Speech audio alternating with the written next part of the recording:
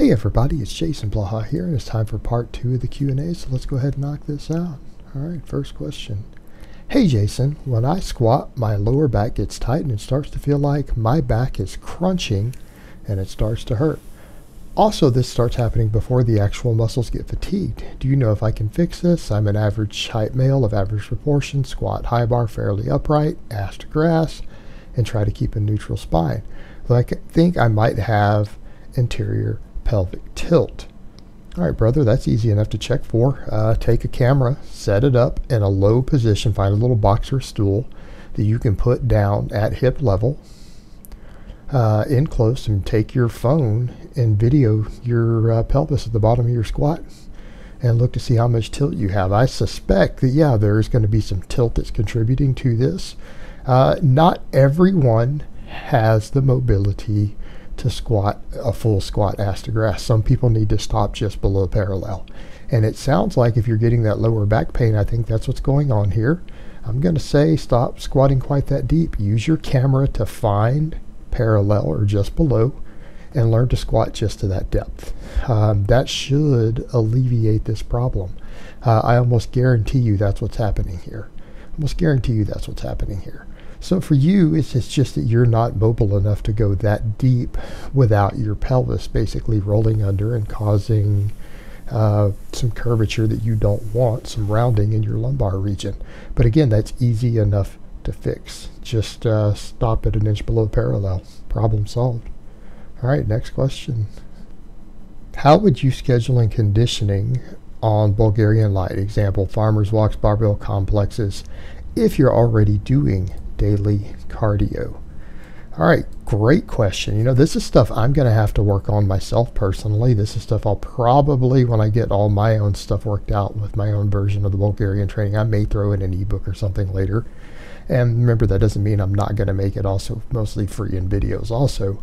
Just going to leave the option later for that probably. But that part aside, what I'm going to say is a good starting point, and this is where I'm going to start. GPP work is what you're talking about, general physical preparedness. We talk about barbell complexes, farmers walks. If you are already doing Bulgarian training, you're training to maxes every day, or at least training maxes. You can't go do 2 types of cardio. Do those and skip your other cardio that day. So in other words, if you want to do GPP 3 days a week and then your list cardio 3 days a week, hey, that's fine. Don't try to do all 3 things in the same day. It's not going to end well. You're not going to be able to handle it. But I think some GPP work on days you choose not to do other cardio should be fine. And as far as determining how you adapt to it, you're going to have to ease this stuff in gradually. Like with anything else, you're going to have to very carefully and very slowly add it in. Don't be in a rush, and you're going to have to increase the amount you do over time. In other words, you might have to start with only 60 total seconds of the actual GPP initially, and then build it over time, meaning whether it's the actual farmer's walks or the barbell complexes. In other words, you might not be able to come in and do a lot of it, just like interval training and other forms of HIIT, which most GPP is variations of HIIT. Again, you're going to have to add it in as your work capacity and recovery allow for. You're not going to be able to add large amounts of anything else into a Bulgarian type system. Anything you add in, you're going to have to put small amounts in slowly and gradually build it up and monitor your recovery. But a good start would be small amounts of it 3 days a week on days you choose not to do your other cardio. That's a good starting point. All right, next question. Hey Jason, I know you said in your original video of the 5x5 novice program that you wouldn't need a deload. But if I did, what percentage of working set weight would I start with after the deload? If you're on my novice 5x5 and you're forced to take a deload, go right back to where you left off. In other words, let's say your squats, you got to 265 and then you started failing the 5th set on the 265, right? So you couldn't complete all 5 sets. You take a 1 week deload and then you come back and try the 265 again. As a novice, if you've adapted and the deload should have allowed you to do that, then you should be able to come in and hit it. Should be able to come in and hit the numbers you were trying to get last time that had completed at least 1 or 2 full sets of. You should be able to knock it out. Now, if you're a more advanced lifter, you might need to cut the weights a little bit at the end of a deload. For example, for me, it's not uncommon for me to cut my deadlifts 5 to 10%, for example, after a deload and then ramp back up. That's not uncommon for me, particularly the deadlift, like up to 10%. Things like squat and bench press, sometimes when I deload, I'll come back 5% lighter and build back up. So again, it depends on what's going on there. But there are other times with some lifts, you can come in and PR after a deload. I usually can't on a deadlift, but sometimes on a squat or a bench press. And here's what I recommend to the more advanced lifter there. Play it by ear. All right, play it by ear. Start doing your ramping up and see how strong you are, see how you feel, see what your bar speed is like. Because more advanced lifters are more in tune with those things. But as a novice lifter, back to the original, which is what you asked about, go right back in where you left off. You should be good. All right, next question. Hey, Jason. What do you think about training neglected areas such as neck, calves, forearms during a cut? Could one possibly make some newbie gains there, even in a deficit? Thanks, coach. What do you mean neglected areas? How are those areas neglected? Calves and forearms get trained. If you squat and deadlift frequently, your calves get trained. Your forearms get trained on your chin-ups, your rows, your deadlifts, all that stuff. Those aren't neglected areas. Hell, look at mine in the video right there. Do you think I train any of those things? Those are also, to some extent, genetic muscles like calves, and that's something that people need to accept. They need to accept that. And I've seen people claim, well, that's not true. I tried this method and blew my calves up. Like I saw Ian McCarthy talk about that once, and he said, well, you know, if you just train it like any other muscle, it will come up. But then he still had tiny calves. You see the point? He had tiny calves even after doing all this direct calf work based on the science and everything else. Those are genetic muscles to a large extent. Furthermore, since they are still being trained, it's not like they haven't gotten any training stimulus. So you're not going to get newbie gains in them. And I'm not saying not to train those areas, but it might be a misallocation of resources on a cut. You've got limited recovery ability on a cut. So those are secondary muscles. If your forearms or calves get too fatigued, you could affect what you do on the big lifts. If it affects what you do on the big lifts, you can't do as much volume or weight because your recovery's been further compromised, and it's already compromised on a cut. It might cost you to lose muscle because you can't pull as much, you can't squat as much, you can't deadlift as much as a result of those smaller muscles that you need being fatigued. So something to think about, and I'm not saying not to do it, but I'm saying there could be a penalty for doing too much of it. You got to remember, at the end of the day, if you're not a novice, you're not blasting a bunch of gear, you're not morbidly obese, you're not going to gain muscle on a cut unless it's a very, very slow cut. And at that point, we're talking about recompositioning, and that's a totally different animal. All right, next question. Hi, Jason. I have trouble eating enough food to gain weight. I remember in one of your videos you said that it would be beneficial to eat more fats to be in a surplus, but wouldn't that just mean I would gain body fat? How would that be helpful in regards to gaining muscle, or is it simply the fact that a calorie surplus is achieved so it's easier to build muscle? Thanks.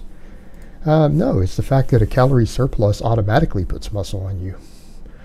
And I don't mean when combined with lifting weights. I mean a calorie surplus puts muscle on you.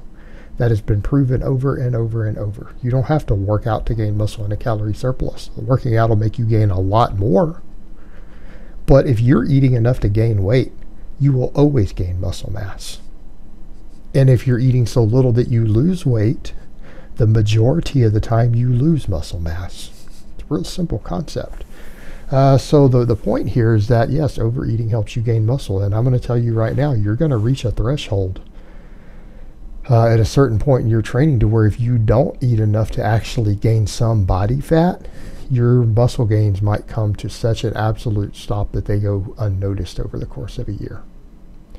So another thing you've got to factor in, all this growing into a show and 100% lean bulking guys do, there's usually drugs or muscle memory involved. That's usually the case. Someone who's had more muscle in the past, they can pull that off sometimes because of old muscle memory. or people who are blasting drugs, yeah, that's how it goes. But usually, the majority of the time, barring a few exceptions, and we've covered those exceptions in the past, you're just going to have to live with some body fat gain if you're going to gain significant amounts of muscle, like noticeable amounts of muscle over the course of a period of time. It just is what it is. And that doesn't mean that I'm telling you that you need to bulk and get sloppy fat and put on 40 pounds of fat. That's not what I'm saying. But I am saying that it's very difficult to separate the two. And the more you separate the two of trying to make really lean gains and things like that, the less room for error you have. The more everything has to be 100% perfect in your entire lifestyle. Not just your training, not just your diet, but your entire life better revolve around that. You don't have margin for error. You have a lot more margin for error if you're just willing to eat a bit more to gain muscle mass. You have more margin for error in your training, your sleep, your stress management, everything. All right, next question. And last question of the week. Jason, I get crushing pain in my forearms while bench pressing with a relatively narrow grip. My wrists are in a good position and the pain only happens while I'm lowering the bar. Do I need forearm work as a bench accessory? The pain is excruciating and nearly leads to missed lifts. First thing I would check, go back and refer back to the earlier question that we had in part 1 about the guy's elbows hurting. Because oftentimes if your squat is causing elbow pain or forearm pain, it's going to carry over to your bench press. You're going to notice it there. So assuming that's not your problem and you've already sorted that, we need to go look at the wrist issue again. I don't know that your wrists aren't a problem, meaning you're going to need to video it. You need to get some video from the front, from the sides. You're going to need to check your bar path. In other words, first of all, make sure your hands are positioned in such a way that the bar is directly over the wrist bone. All right, that's the first thing you need to do if you're getting this problem. Now, that doesn't mean straight wrists, and I want people to understand that. It is impossible to bench press with straight wrists, almost impossible. Maybe some people have some weird deformities that allow it. There's going to be a little bit of wrist bend, but it matters where the bar is placed. That bar needs to be particularly on the outer edges of your hand, on the palm, the opposite end of the thumb. It needs to be directly over the wrist bone. And we've discussed that in the past with grip. Do some research on the bulldog grip. Also, where you're touching on your chest with the bar, you need to make sure that even though you have it placed over there, that your hands and forearms aren't having to bend backwards to touch the bar where you want to touch it. So again, video it from the side. You might need to adjust where you touch on your chest or your torso with the bar by 2 or 3 inches to remove that problem. Because again, not only is it causing you pain and inflammation in the forearms, it's an energy leak that's forcing you to lift less weight, which again means less stimulation to your pecs, your shoulders, and your triceps. So again, you need to do a little bit of looking at a camera. You need to look at all your angles and make sure that everything is sorted in that direction, that you don't have the bar touching in the wrong spot and everything else also. And that should sort you out. All right, guys, but that's really all I have to say on that today. I hope it's been informative, and I will talk to you guys next time.